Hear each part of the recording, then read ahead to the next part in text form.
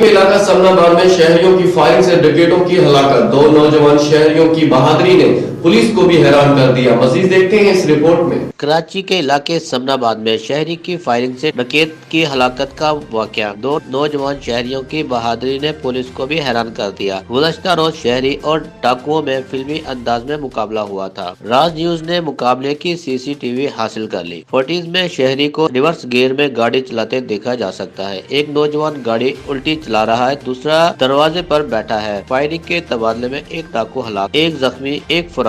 दोनों अफराद ने इंतहाई बहादुरी से डाकू का मुकाबला किया। शहरी तहबूर के मुताबिक मुलजमान इनको लूटने की कोशिश कर रहे थे। जब डाकुओं ने फायरिंग की तो इन्होंने यह हिकमत अमली इख्तियार की। एक डाकू शहजाद मौके पर मारा गया, एक अस्पताल में जख्मी हालत में पहुंचा, तीसरा डाकू फरार हो गया। पुलिस तलाश कर रही है। डाकू पर संगीन जराइम के मुतादिद मुकदमा दर्ज है।